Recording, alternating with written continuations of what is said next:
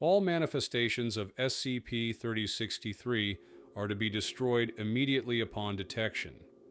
Foundation facilities and personnel residences must remain equipped with the most effective insect control measures currently available. Any interaction beyond eradication is strictly forbidden.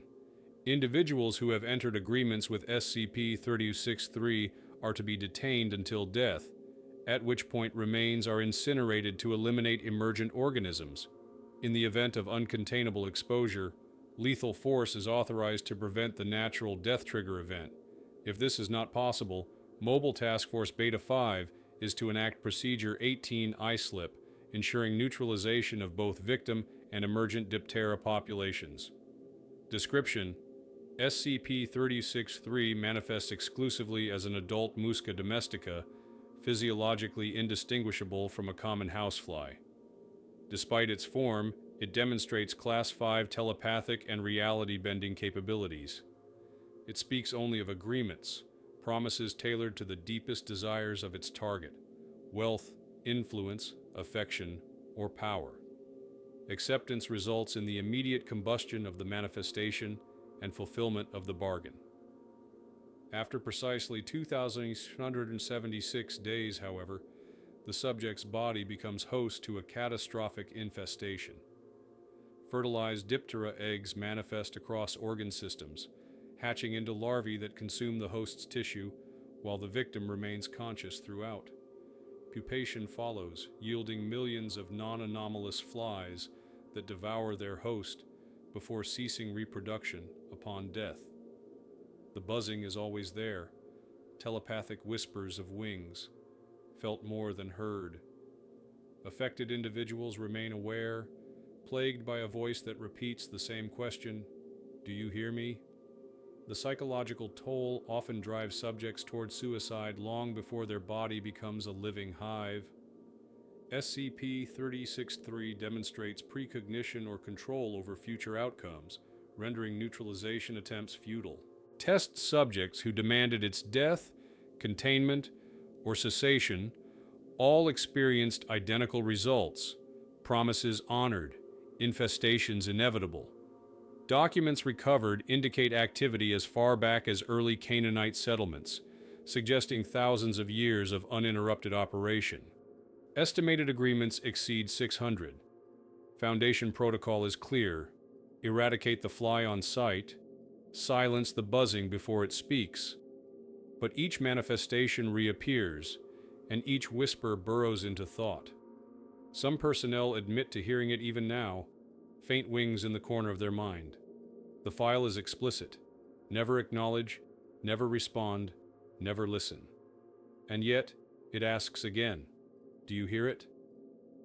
The first documented discovery of SCP-3063 originates not from modern surveillance, but from fragments uncovered in a ruined settlement in the Levant, dated to the Late Bronze Age.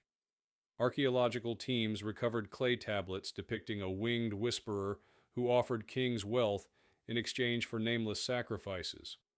One inscription, though damaged, describes a man who gave his breath to the fly, and the air became filled with wings. Cross-comparison with later Greco-Roman texts reveals similar imagery: the buzzing voice promising desire fulfilled, followed inevitably by infestation, rot, and death. Foundation analysts concluded these accounts described the same anomaly, predating all recorded civilizations in the region. The first modern case entered Foundation custody in 19 after reports emerged from a rural village in northern Italy. Local accounts described a merchant whose sudden fortune allowed him to purchase estates and political influence within weeks. Witnesses claimed he often muttered to himself as though responding to an unheard companion. Exactly 6 years and 6 months later, villagers discovered his home overrun with countless flies. His remains were found unrecognizable beneath layers of pupae. The cleanup was handled by an early predecessor organization, but containment measures were rudimentary. Surviving notes show the case was dismissed as plague-related until post-Foundation review reclassified it as the earliest modern SCP-3063 incident. Subsequent scattered cases aligned with the same timeline. In 1947, a Soviet political officer was documented to have risen rapidly within party ranks before collapsing at a state function in Moscow. His body erupted with larvae during autopsy, resulting in significant contamination of the morgue facility. Agents embedded in the region retroactively identified SCP-3063 involvement through eyewitness testimony of the black fly that never died. Records recovered decades later show the officer had once confided to a colleague that a voice whispered to him at night, always asking what he truly wanted most. The Foundation first directly encountered SCP-3063 in 1958 during an investigation into a series of unexplained deaths in New Jersey. Civilians reported swarms emerging from apartments sealed tight against pests, tenants found hollowed out from within. At least 3 victims were confirmed to have signed unusual contracts, though these documents combusted into ash before recovery teams could fully secure them. Agents began to notice a pattern. Each victim described hearing a voice behind the faint hum of wings, promising what they lacked most desperately. Recovered testimonies highlight the anomaly's predatory precision. One subject, a failed writer, claimed he was offered a book that would never be forgotten. He disappeared days later. Another, a soldier embittered by war, described promises of a peace only I could command. Each vanished, each reappeared years later, consumed from the inside out. Foundation investigation teams initially suspected mass hysteria, but the temporal consistency, the 2,276-day countdown from agreement to infestation, left no doubt. By the early 1960s, the Foundation classified the phenomenon under provisional designation, later codified as SCP-3063. Containment focus shifted from pursuit of permanent neutralization to simple eradication of manifestations and strict prevention of agreements. Yet even at this early stage, the buzzing was already documented within the reports of personnel. Notes from field agents contain repeated margins. I hear it. It is close. The fly is asking me now. Whether these were genuine telepathic intrusions or psychosomatic responses remains uncertain. Thus, SCP-3063's history is marked not just by the corpses it leaves behind, but by its voice preserved across millennia. From tablets carved with trembling hands, to diaries of ruined men, to Foundation files now sealed under the highest clearance, the buzzing has never stopped.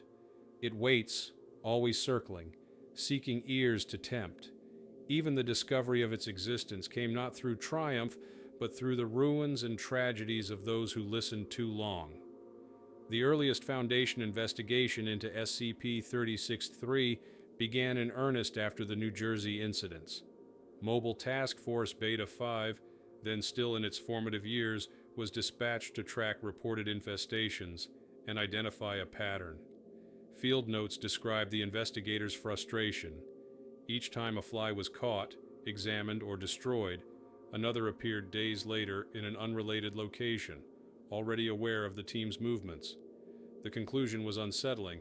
SCP-3063 not only anticipated containment, but adapted its approach to bypass traps and poisons as if forewarned. Dr. Elizabeth Gao, one of the first researchers assigned, recorded in her journal that the buzzing was more than background noise. She described it as a persistent thought slipping between her own, a voice that always began with the same whisper. Do you hear it? Although instructed not to engage, Gao admitted privately that she had once whispered a response. From that night onward, the fly returned to her quarters nightly, immolating itself when swatted, only to reappear the next day. Her colleagues reported her behavior becoming erratic, alternating between frantic research and eerie calm. Within years, she became the subject of the first controlled SCP-3063 test. Containment protocols were improvised and fragile. Standard insecticidal measures proved useless, as SCP-3063 appeared immune to chemical deterrents. Physical eradication, swatting, crushing, burning, could terminate a manifestation temporarily, but a new fly always emerged. Early laboratories attempted to isolate live specimens for long-term study. Within hours, Each specimen combusted spontaneously, leaving behind only ash and faint echoes of the buzzing in audio logs.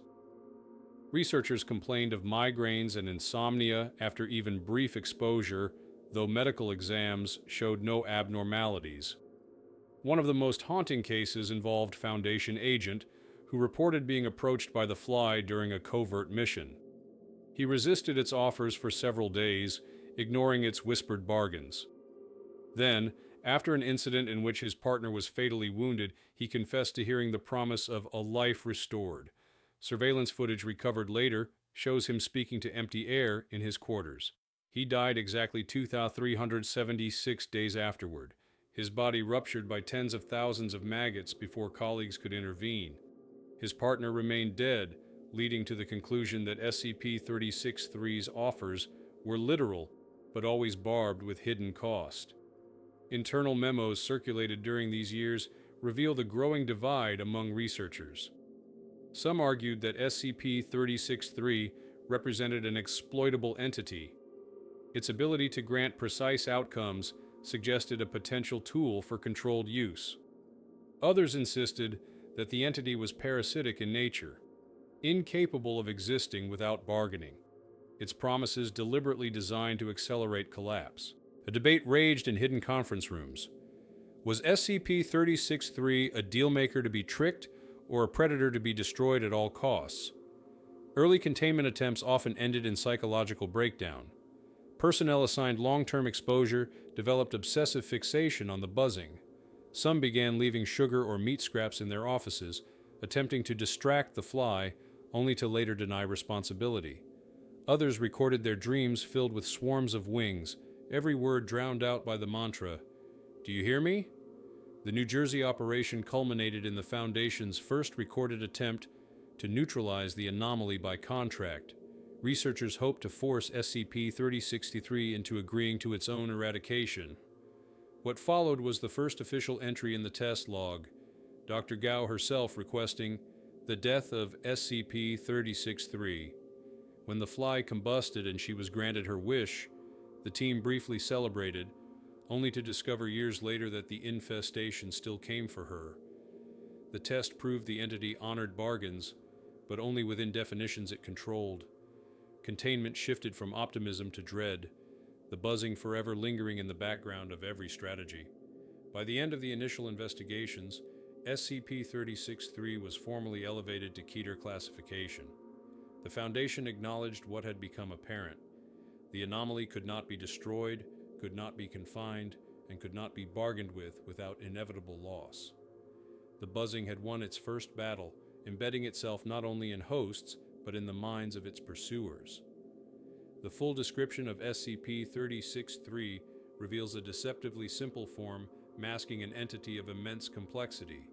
Outwardly, it is indistinguishable from a common Musca domestica, its wings, legs, and compound eyes bearing no visible markers of anomaly. Yet this physical facade conceals telepathic intrusion and reality-bending properties that make it one of the most insidious SCPs encountered. The buzzing it projects is not an audible vibration of wings, but a psychic pulse, slipping beneath conscious recognition and embedding itself within thought. Individuals often mistake it for tinnitus, an intrusive memory, or a fleeting daydream, until the voice beneath the sound begins to shape words. Communication is always unilateral, beginning with subtle questions. Do you hear me? Do you know what you want? The voice is patient, persistent, and impossible to silence once acknowledged.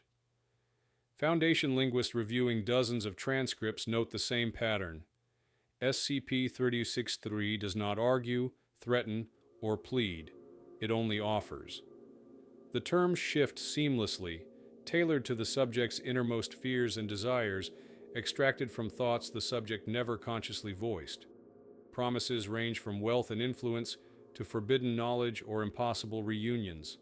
The fly never specifies its price until the bargain is struck, and even then the cost remains oblique. When an agreement is accepted, the manifestation combusts, leaving only ash. The promise is fulfilled immediately or within days, with results that cannot be disproved. a terminally ill patient cured overnight, a debtor suddenly receiving untraceable sums in their bank account, a recluse finding themselves beloved by strangers. Every documented case demonstrates that SCP-3063 does not cheat in the moment of transaction. The cruelty lies in the inevitable countdown. Precisely 376 days later, the infestation begins. This exact number, replicated in every case regardless of circumstance, suggests an ancient law encoded into the anomaly's existence. The infestation process is grotesquely consistent. Fertilized Diptera eggs materialize within the host's body. Lungs, stomach, sinuses, intestines, muscle fibers.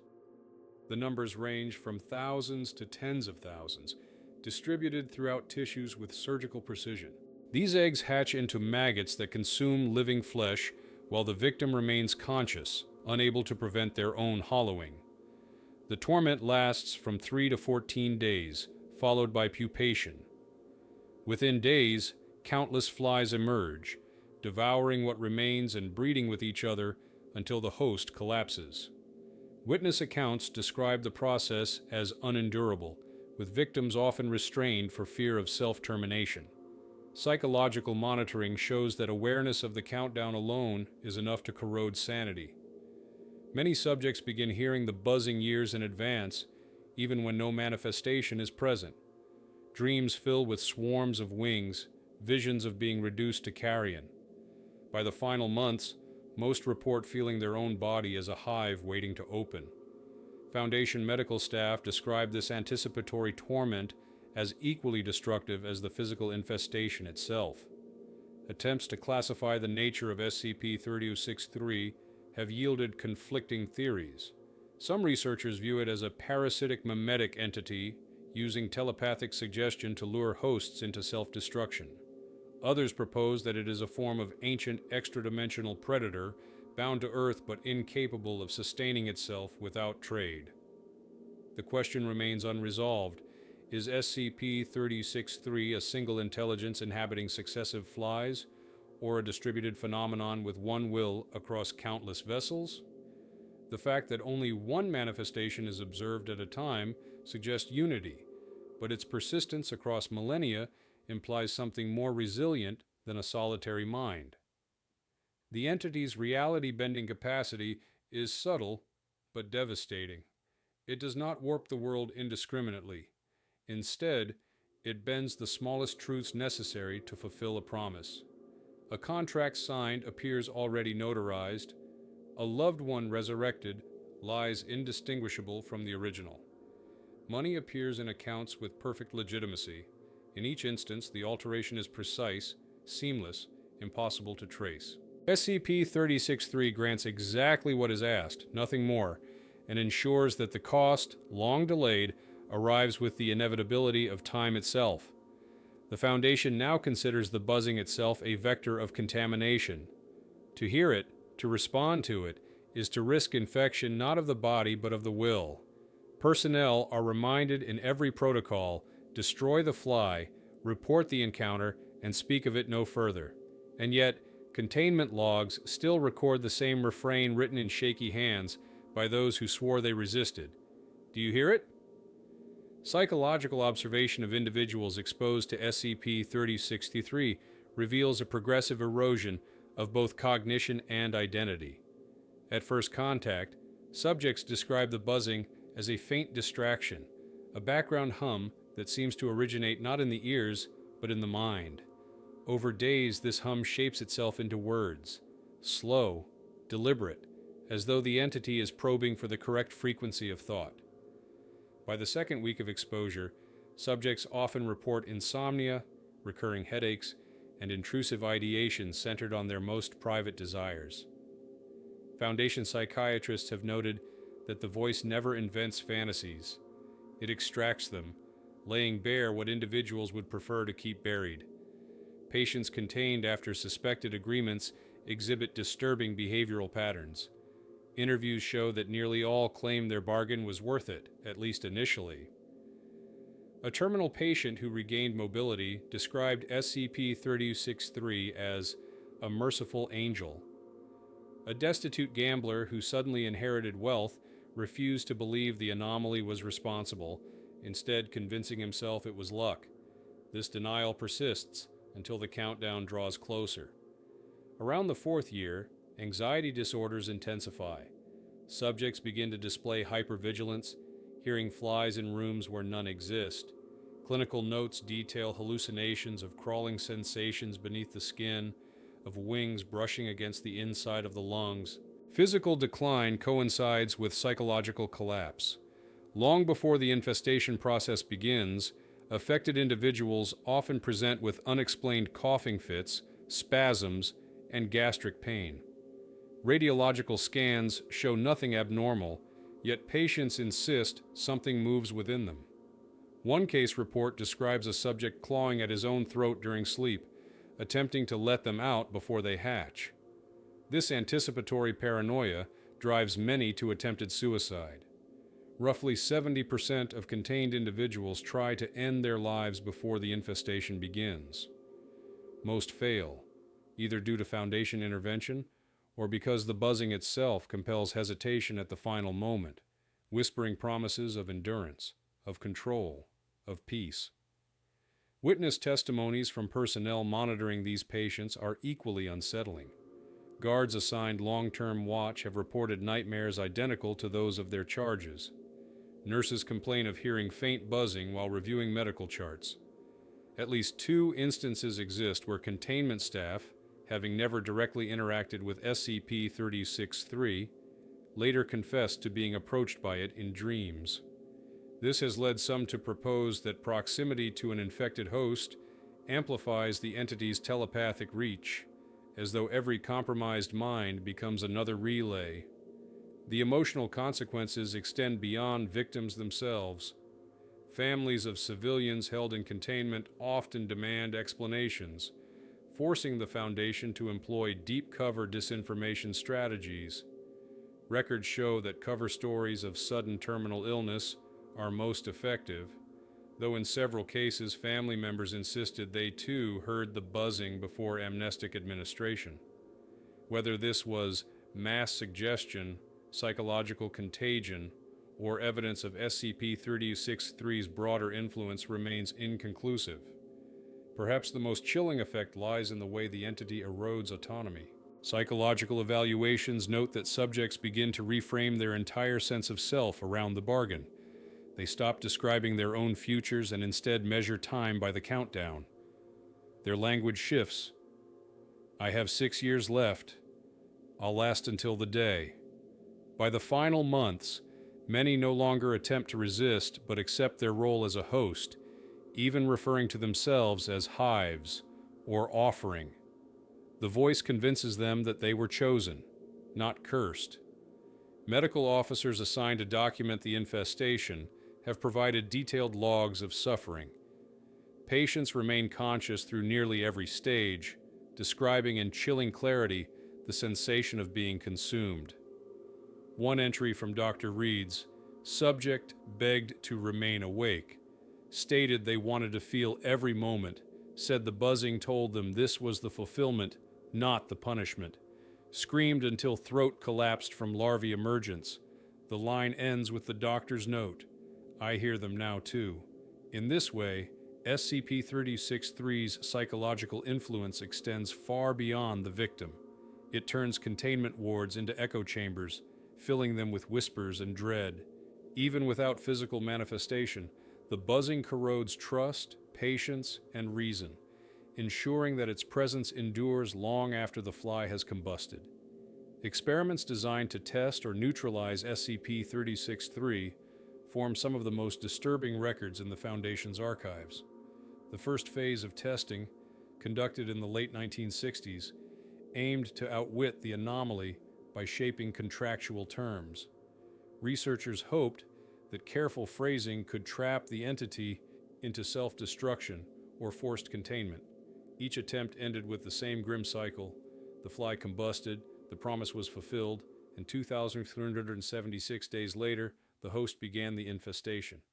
Test Year 30631 remains infamous. Senior researcher Elizabeth Gao requested the death of SCP-3063. The fly combusted instantly, and her colleagues briefly celebrated what seemed like victory. 6.5 years later, her body erupted with larvae, proving that the entity interpreted death only as the termination of its current manifestation. The pattern repeated in subsequent trials, when Dr. David Roberts demanded permanent containment of SCP-3063. The manifestation ceased movement and was stored beneath Site-63 for years, but on the appointed day, eggs appeared within his lungs, and a new fly was observed abroad within months. Further experimentation revealed the anomaly's cruel manipulation of semantics. A permanent cessation of activities was granted, yet only for the lifespan of the test subject, after which another cycle began. Attempts to extract forbidden knowledge met with similar perversity. One researcher received a printed document that appeared to be this very dossier, absent the test logs, delivered instantaneously at the moment of combustion. Another asked for knowledge beyond current Foundation possession and received a set of future experiment results, events that had not yet occurred. The researcher killed himself within minutes, convinced that SCP-3063 had rewritten causality itself. Not all experiments ended in revelation. Some concluded abruptly in horror. Dr. Jonathan Mabry, when asked if there is even a choice, collapsed with a sudden pulmonary embolism before medical staff could intervene. His death coincided precisely with the entity's combustion. Whether this was coincidence, precognition, or direct manipulation remains unresolved. Analysts argue this shows SCP-3063's ability not only to deliver outcomes, but to orchestrate deaths that align with its narrative of inevitability. Parallel to semantic trials, biological experiments were conducted on infected subjects. Contained individuals were monitored with radiography, endoscopy, and exploratory surgery in hopes of identifying and removing eggs before they hatched. In every case, scans revealed nothing until the precise day the incubation cycle began. Surgeons attempting removal found empty tissue, only for eggs to appear hours later in different organs. One subject endured 13 exploratory procedures across multiple years. Each incision healed as though never made, until the final day when larvae tore through his body in numbers exceeding projected limits. Attempts at prophylactic treatment proved equally futile. High-dose radiation, chemical sterilization, even targeted genetic therapy, all failed to prevent infestation. Larvae emerged healthy, resilient, non-anomalous in every respect, save their method of arrival. Contained victims were sometimes subjected to induced comas or total brain death protocols in hopes of halting psychic influence. Yet the bodies still hatched flies on schedule, the buzzing reportedly continuing around the facility long after clinical death. Every test reinforced the same truth. SCP-3063 cannot be bargained with into oblivion, cannot be surgically intercepted, cannot be chemically suppressed. Its cycle is inevitable, its clockwork precise. Researchers grew increasingly desperate, their reports filled with notes that blurred between scientific record and personal dread. Many wrote of hearing the buzzing in laboratories even when no manifestation was present. Audio logs captured faint droning behind experiment recordings, though spectral analysis showed no physical insect present. By the late 1970s, experimentation was formally curtailed. The Ethics Committee ruled that further trials yielded only corpses, infestations, and staff trauma. Testing was restricted to minimal observation, and neutralization efforts were abandoned. The official conclusion was damning in its simplicity. SCP-3063 could not be destroyed, only delayed. And yet, in off-record conversations, some researchers continued to argue for renewed experiments. Their reasoning was the same whispered question the fly always posed. What would you give if it meant an end? Among the most unsettling elements in the SCP-3063 archive are the fragments of recovered documents and addenda appended to its case file. These scraps, intercepted communications, and redacted reports paint a fragmented but unmistakable portrait of the entity's reach. They are not simple notes. They are whispers on paper, evidence that the buzzing seeps into written word as surely as it invades thought. One of the earliest addenda comes from the personal diary of senior researcher William Marlowe, dated 3 years after his own controlled agreement. The entry, preserved despite his later incineration, reads, "I asked for the truth, and it gave me this file. But now, every page I read, I hear the wings between the lines. The report corrects itself when I try to alter it. There is no truth beyond the buzzing." The entry ends abruptly, followed by half a page of black ink blots, the rhythm resembling the pattern of beating wings.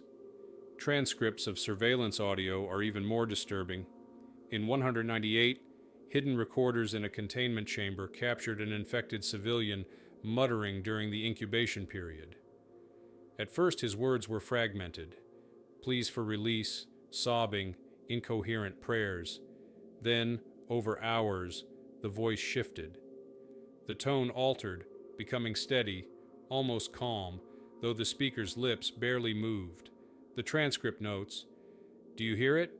It is already inside me. It will be inside you. The buzzing is not a sound, it is a future. You cannot destroy a future." Technicians destroyed the tapes within days, but not before multiple staff admitted to hearing the buzzing faintly, even while the recordings were played back on muted monitors. Another addendum is a letter intercepted by Foundation censors, written by a grieving spouse of a contained victim. The letter, never delivered, reads, "They told me you were sick, but I still hear you at night. The sound is in the corners of the room, in the pipes, in the walls. I know it is you. I know you are not gone. They are lying. You are buzzing back to me." Forensic testing confirmed the writer had no direct exposure to SCP-36-3, raising the possibility that the entity projects itself through emotional bonds as easily as through contracts. Redacted files within the Foundation itself further demonstrate contamination of record systems. On at least 3 occasions, SCP-Net terminals flagged corrupted entries in unrelated case logs where hidden lines of text appeared amid secure data. The inserted phrases were always variations of the same theme. "Do you hear me? I can give it to you. It is not long now." Attempts to isolate the intrusion as digital corruption failed. No system anomalies were detected. The phenomenon has since been classified as mimetic bleed-through. Perhaps the most chilling addendum comes from a psychological evaluation conducted on Dr. Patrick McGann weeks before his suicide. In clinical notes he wrote, "It gave me results I had not yet seen. They matched exactly. I do not know if I am discovering or if it is deciding. If the buzzing is writing tomorrow, what is left for us? I see flies in the corners of every page I read." After his death, the file was sealed, though fragments of his words persist as training material for staff assigned to 3063.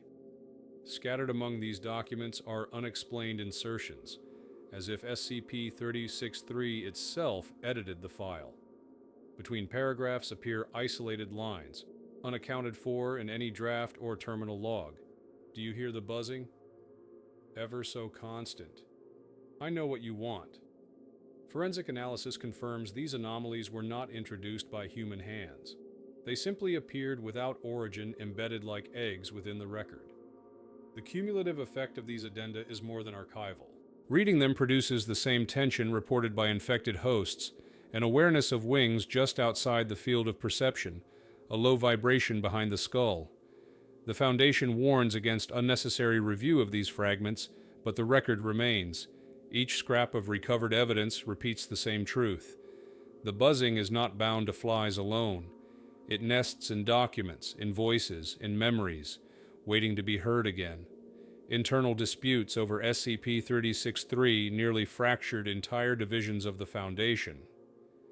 By the mid-1980s, the Ethics Committee and O5 Council clashed with research teams who argued that the entity's bargains could, if carefully managed, yield unprecedented strategic advantages. Some insisted it could be coerced into granting knowledge of rival anomalies, weaponized for controlled use, or even exploited to extend the Foundation's reach into fields beyond conventional science. To these proponents, the infestation cycle was a manageable cost. Sacrifice a few individuals for the greater good. Opposition was fierce. Field agents who had witnessed the infestations firsthand called the idea monstrous, noting that victims endured prolonged conscious dismemberment before death. Medical staff warned that the psychological contamination spread faster than any tactical advantage could justify. Still, rumors persisted of isolated off-the-record agreements sanctioned by senior personnel.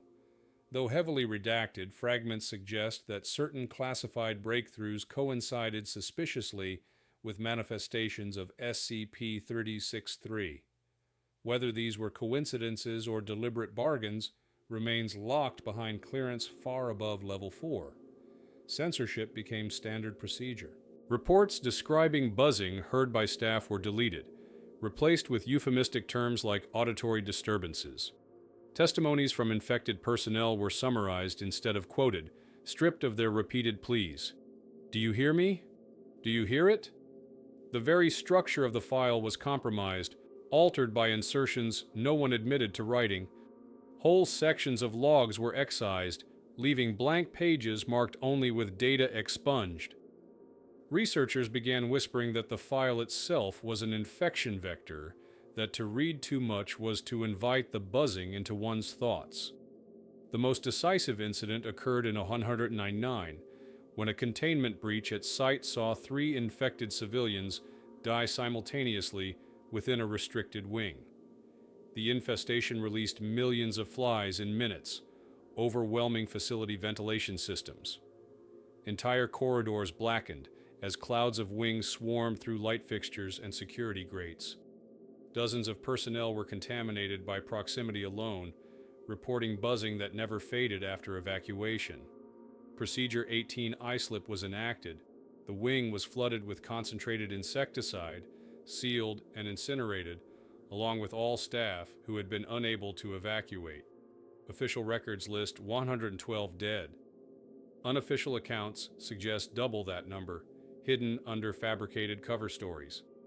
After this incident, O5 ordered all research on SCP-3063 suspended indefinitely. Agreements were forbidden, even as controlled tests. Any staff approached by the entity were to report immediately and be reassigned to high-security quarantine. Files were sealed, with access restricted to senior researchers under direct oversight. Even then, leaks persisted. Notes written in margins, strange additions to otherwise routine logs, anonymous whispers captured on hallway recorders, each echoing the same refrain. The buzzing was not gone, it never would be. The resolution was bureaucratic rather than scientific. SCP-3063 was declared unneutralizable and reclassified under permanent Cater designation. Containment was redefined not as prevention, but as ritual eradication. Destroy the manifestation on site, silence the whisper before it tempts another. The Foundation acknowledged what it had long suspected, that SCP-3063 is older than civilization, a predator whose patience spans centuries, feeding on desire and leaving only swarms behind. And yet, despite finality, the case file continues to grow. Unauthorized addenda still appear, written in hands no one recognizes. Terminal logs occasionally flicker with untraceable insertions, ever so constant. Do you hear the buzzing? Staff who swear they have never been approached report faint humming at the edges of their perception, a low, steady drone. The last page of the sealed dossier carries a warning written in redacted clearance, unsigned but unmistakably official. You cannot win against the buzzing. You can only choose not to listen. If you are reading this, remember, destroy the fly, close the file, silence the thought. Do not answer when it asks. Do not admit that you hear it. Still, as the page closes, a faint line appears beneath the seal. Unlogged, untraceable. I know what you want. I can give it to you. Do you hear me?